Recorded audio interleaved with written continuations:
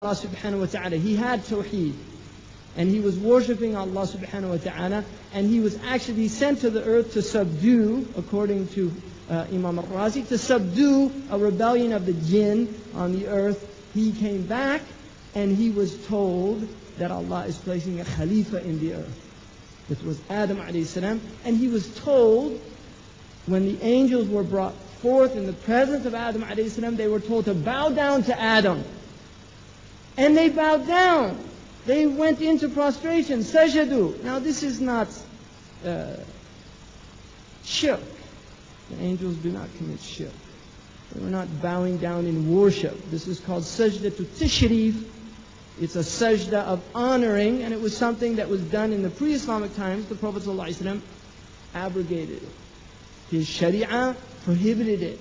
And he did not allow it. A man made sajda to him, and he prohibited. He didn't say you're a mushrik.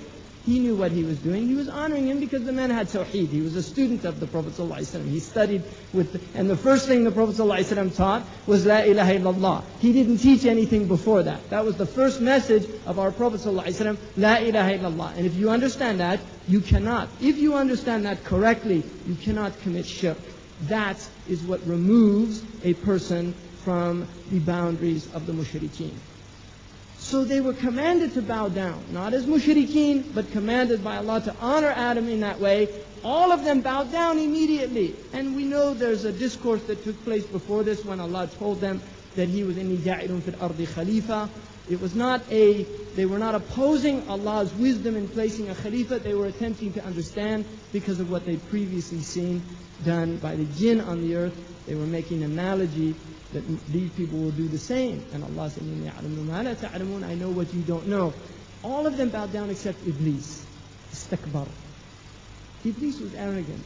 Now if you look, what is the illness there? What is the disease? The fundamental disease is envy. This is the disease of Iblis. It's envy. Now, I want to look at a very interesting explanation. This was written by a Danish man. Envy is concealed admiration. An admirer who senses that devotion cannot make him happy will choose to become envious of that which he admires. He will speak a different language, and in this language he will now declare that that which he really admires is a thing of no consequence. Something foolish, illusory, perverse, and high-flown. Admiration is happy self-abandon. Envy, unhappy self-assertion. I think it's a very profound definition of envy. Because what he's saying there, you see, Iblis knows this is a creation of Allah. And Iblis knows. Iblis knows Allah. Allah doesn't make some, مَا خَلَقْتُ هَذَا بَاطِلًا. Allah, مَا خَلَقْتَ هَذَا بَاطِلًا. You did not create this in vain. This is not vanity. This is not some foolish thing. Allah did not create Adam as some foolish creation. And Iblis knows this. But Iblis thinks that in admiring Adam alayhi salam, he will not be happy. He will not be happy. In fact, he becomes angry because he's envious. Hasad is the disease of Iblis. He is envious. And he says, you created him from mud. I'm created from fire, from air and fire. I'm superior to him. This is saying he's a thing of no consequence. I'm a thing of importance. Why are you having them bow down to him and not to me? This is very important, and inshallah I want to return to this, especially with Qarun. Now, at that point, Iblis is cast out from the inner circle, from the mela. And Iblis is told, he says, give me time, give me respite. You see, give me respite. And then he tells Allah subhanahu wa ta'ala, he makes an oath, in the same way that you led me astray, just as you have led me astray, بِمَا أَغْوَيْتَنِي. He blames his ghawaya on Allah subhanahu wa ta'ala. He blames his going astray. And this is the nature of the envious one. He blames the other. And this is important when I get back to understanding the present condition of the Muslims. he blames the other. And he says, you did this to me. And then he says, لَأَغْوِيَنَّهُمْ أَجْمَعِينَ. So now, this is how foolish Iblis is.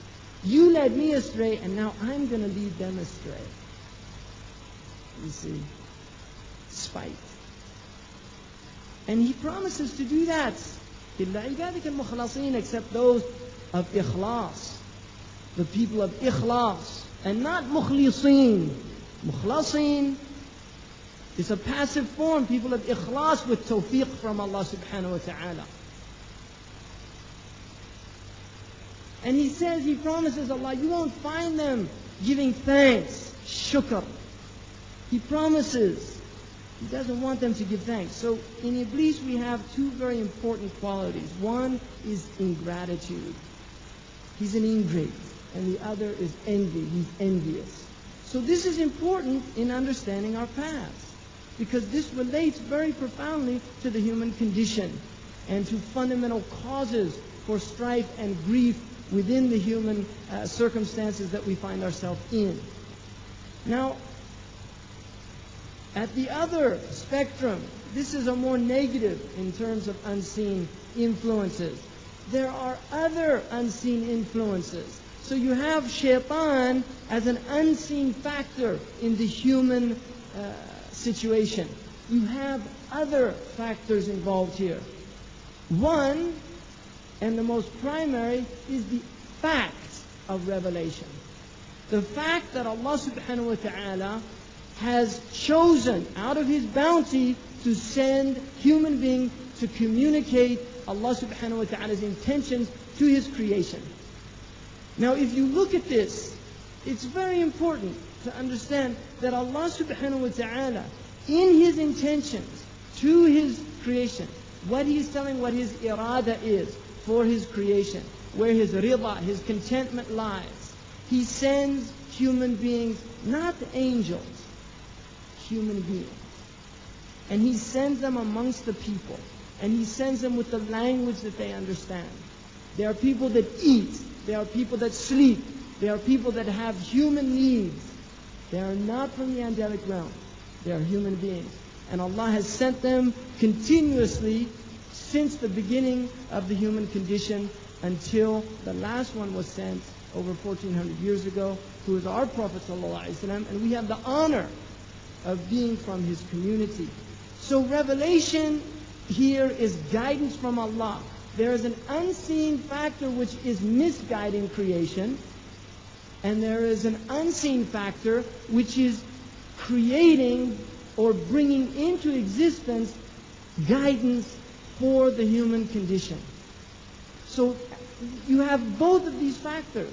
You have an unseen element that is misguiding, and you have an unseen element that is guiding. And Allah subhanahu wa ta'ala promises us and tells us that Allah subhanahu wa ta'ala is the one who guides whom He pleases, and He leads astray whom He pleases.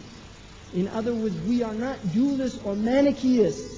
Like previous traditions, we do not believe in the God of darkness, Ahura Mazda and Ahriman. We're not like the Majus. We're not like the dualists who believe in two opposing gods. No, we believe in the qadr of Allah subhanahu wa ta'ala, khayrihi wa sharrihi, hulwihi wa murrihi.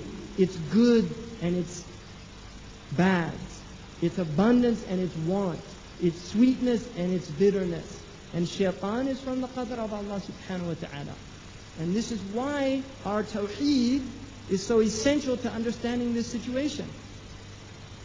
Now, you have some other unseen factors there. You have the angelic realm, which is it's part of the realm of guidance, there is an element that is related to revelation, but you have an angelic realm. In this room there are angels.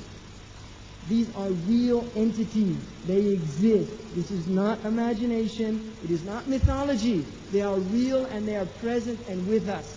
We have guardian angels, al-Hafadha. We have a guardian angel before us and behind us, according to the Quran. We have an angel on the right and on the left. One is responsible for writing the hasanat, and the other is responsible for writing the sayyat, the good and the bad. And the one who writes the bad is under the charge of the one who writes the good. He cannot write the good until he takes permission. He cannot write the bad until he takes permission. And the angel who writes the good tells him to wait to see if the man makes tawbah during a certain period of time. So this is real. There are khawatir malakiyah. There are angelic inspirations that come to the human being. Just as there are khawatir shaytaniyah, nafsiyah, from the nafs, from shaitan. There are also suggestions that come from the angelic realm, and these are having an influence on the human being. And depending on the purity of the human being, is the greater the influence is. The more pure an individual comes, the more strong the angelic influence is on that